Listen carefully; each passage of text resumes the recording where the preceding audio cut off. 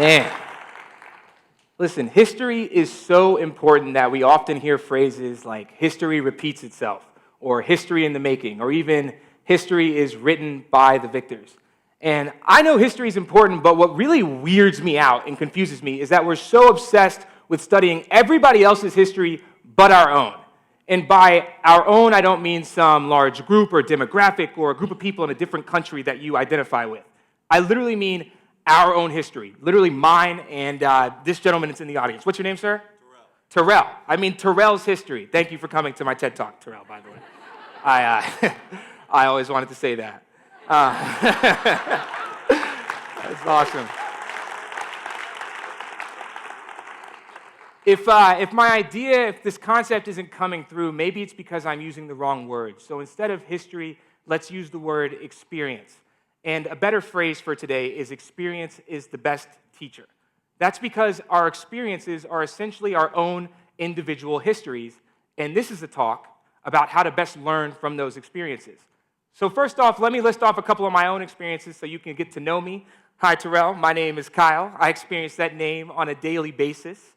I grew up in Southern Virginia where I played high school and college lacrosse.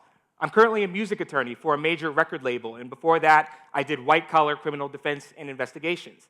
I used to be a teacher, I'm married, I have 2 dogs, and I've actually been incarcerated 3 times.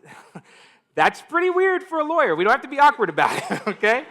And I guess a TEDx speaker too. Terrell's like, who are they letting speak at these things? My goodness.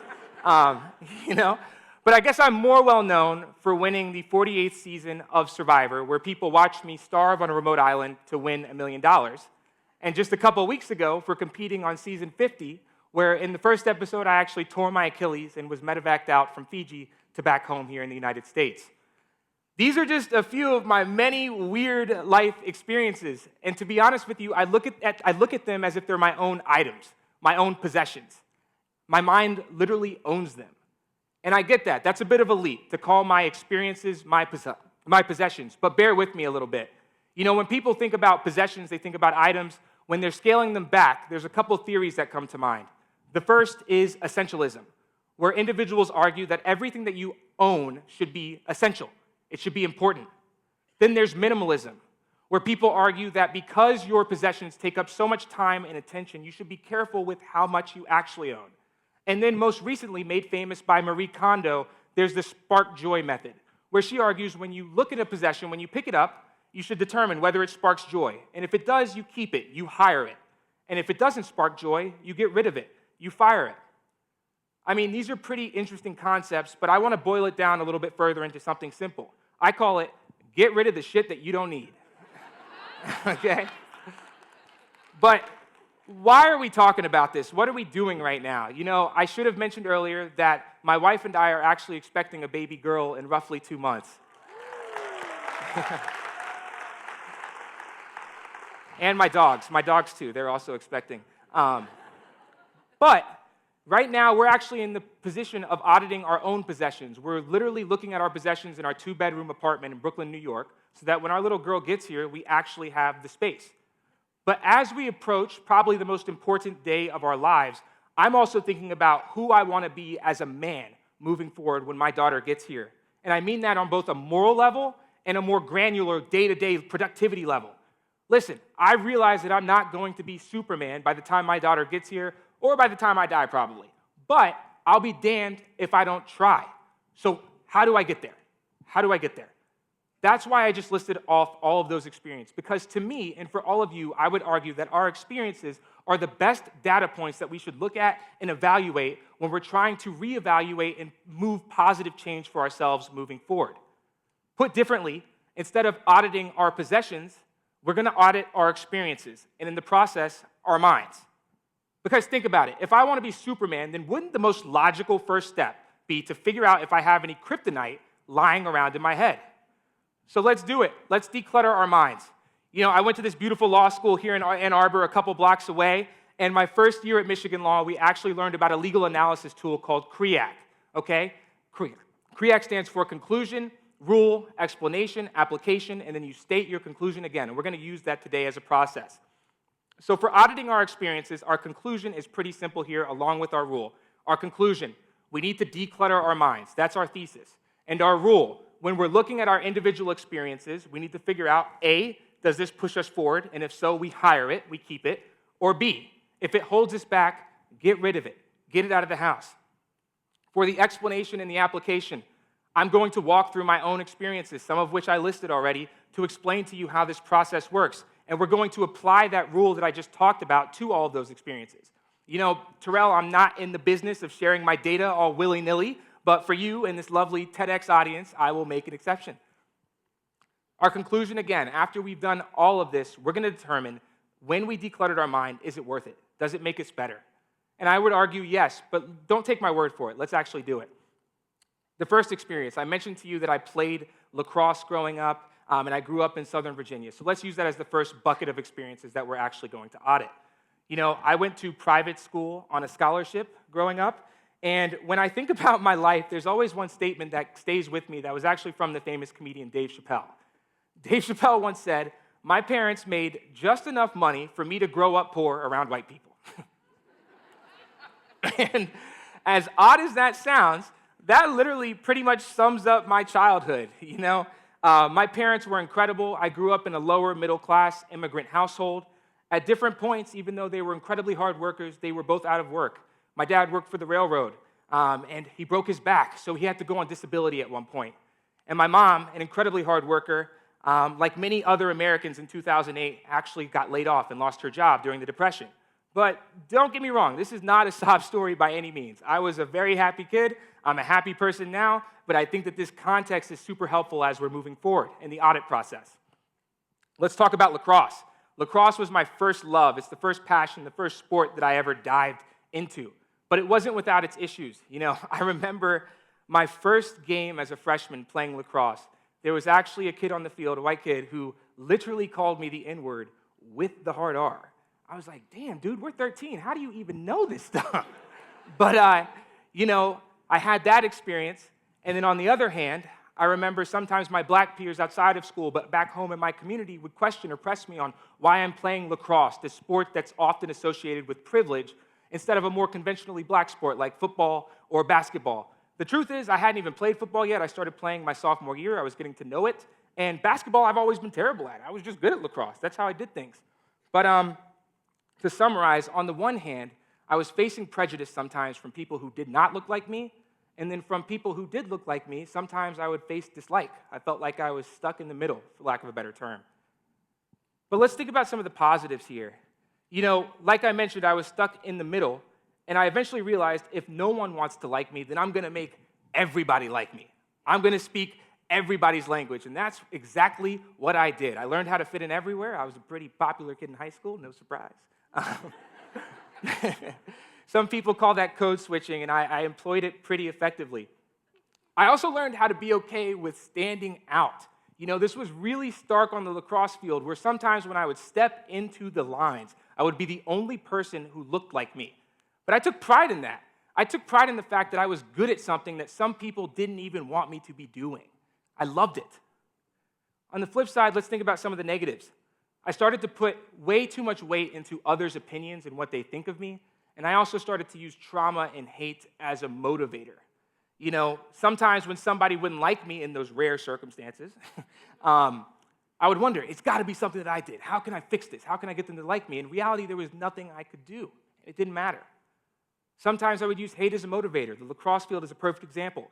If you call me the N-word on the lacrosse field, I'm going to make you pay for it by being better than you. But let's get to the point where we audit this thing. Let's think about what we're going to keep and what we're going to fire. What are we going to hire here? I'm going to continue to use those social skills that I gained. I'm going to keep the empathy that I have for different groups of people because of my own diverse experiences. And I'm also going to keep and maintain the very real understanding that sometimes I'm going to have to deal with prejudice. That's just a fact of life. What am I going to fire? Putting unnecessary weight towards trauma. Like I said, I'm bringing a baby girl into this world. I'm not going to teach her that hate and trauma are the best motivators. You don't always need a chip on your shoulder. Those aren't the best motivators. I would argue love is, all right? So we're getting some traction here. We've gone through experience one. We've done my upbringing. Now let's do something a little bit nuanced. Let's talk about jail. Let's do that. Slides, please. Look at those. Listen, I've been incarcerated 3 times. I've spent 2-ish months of my life behind bars, and while I don't pretend that I'm any sort of poster boy for incarceration, there are many people who have had it worse than me. I have seen some people be assaulted by guards. I've seen grown men fight over snacks and honey buns, and I've even shared a room with an older gentleman who was essentially on his deathbed. I don't like to talk about that specific experience too often. But some of the good things, I met a lot of men and made many friends in jail, many of which owned up to some of their mistakes, some of which, or many of which, I believe shouldn't have been put behind bars in the first place, and the overwhelming majority of which I believe deserved a second chance. So let's talk about some of the positives and the negatives here. I never thought I'd be able to say the positives of jail, but let's do it. You know, when I was in jail, afterwards, I kind of learned that because I had this intimate relationship with the criminal legal system, I wanted to leave and go work on these issues. You know, I ultimately ended up teaching at a juvenile detention center for a little bit. Then I went to law school here in Michigan, where I represented kids in Michigan state trial courts. And then I work now with a nonprofit called GOSO that helps people who were formerly incarcerated and make sure that it stays that way. Let's think about the law school experience in a vacuum. Not a lot of people know this, but actually the last time that I was locked up was when I was a law student here in Michigan, right before an exams period. But I didn't quit. I remember when I was getting sentenced, I asked the judge, it was 30 days, I said, hey, I got my exams, can I get a 1-day furlough to go out with an ankle monitor and take my exam in person? I had my wife bring my books to jail, and I studied in there, and then I went out and I took that exam. And then I wrote a legal essay in the corner of my block on a Windows XP old computer with the Notepad app while my cellmates were watching Game of Thrones and Judge Judy in the background cheering me on. I preferred Game of Thrones. And then I actually had my entertainment law professor come to jail and visit me so that I could give her an oral examination in person and make sure that I got all of my exams out the way. And I got great grades that semester, you know, which I did not expect. But I re-enrolled that next semester. There was no break for my education, and I ultimately ended up graduating from the University of Michigan. At graduation, I got one of the top awards. I was on the Michigan Law Review, a premier legal journal in this nation. I also got 3rd place in the campus-wide moot court competition, and I met my wife and many of my lifelong friends. I learned how to problem solve when my back is against the wall. And listen, I know it sounds like I'm bragging a little bit now, because maybe I am, but I literally just told you that I got locked up 3 times, so give me a little bit of grace. The negatives of jail. You know, sometimes people would think these are obvious, but right now it's not so obvious in my case. Being locked up 3 times, I started to develop a sense of myself as tough or hard or violent that I think was inappropriate. And don't get me wrong, I have done tough things. I have been in very difficult and dangerous situations, but I am not a tough guy. You can literally see me on TV sometimes wearing short shorts and a pink sweater. Like, I'm not that dude. But it ate away at me to sometimes think that other people didn't see me as tough or hard until it clicked with me, why does that matter? And why should I view myself that way? So let's do the audit conclusion here. What am I going to keep? From jail, I'm going to keep the very real passion that I have for changing the criminal legal system. It's literally what motivates me to this day, and no matter what job I have, I will always work on that issue to try and make it better. I'm also going to keep the fact that I know how to bounce back from failure, not because I'm stronger than anybody else, but because I failed so many times that I know what it's like to make sure that I succeed when my back is against the wall. What am I going to fire? My previous views of myself as tough or violent, because I know more than anyone that I like to solve problems with my words instead of my fists. I think that should be a fact of life for most people. Okay, let's go on to the final experience, the one that I think people are probably the most interested in hearing, Survivor. You know, Survivor, if you haven't seen it, is this wonderful game where you get dropped on a remote island with 18 or sometimes 24 other people, and you compete against one another to win $1 million. But it's so much more than that. Sometimes there's a survival element where you have to rely on one another to live, literally find resources. There's a competition element where when you're starving, you still have to compete physically to try to win immunity or prizes or whatever it may be. And then there's also the social element. You develop relationships with people, and then you have to strategically vote them out. I love Survivor because it hits on every single facet of life. And then there's the TV experience. On season 48, on my finale, 4.3 million people saw me wrap up the adventure of a lifetime and win $1 million. And then on season 50, just a few weeks ago during the premiere, 6 million people saw me tear my Achilles on national television in one of the very first challenges and get medevaced back home. And on both of those experiences, with people watching on TV and the internet, there's many opinions about what happens with those experiences. And then I have my own experience, my own opinion. And it's hard to reconcile those two things. But I do. Let's talk about some of the positives from Survivor. Let's get this out of the way. The $1 million is pretty nice. But Survivor taught me how to be a kid again. You know, when I was younger, the first job that I ever wanted, I wanted to be a snowman. They looked so happy, I promise you. And then I wanted to be a pirate, and then I wanted to be like a superhero. And I promise you, this wasn't even when I was like 8. I'm talking when I was like 15, 16. And Survivor gave me that chance to be an adventurer, to live out that sort of dream that I wanted. It taught me how to be a kid again.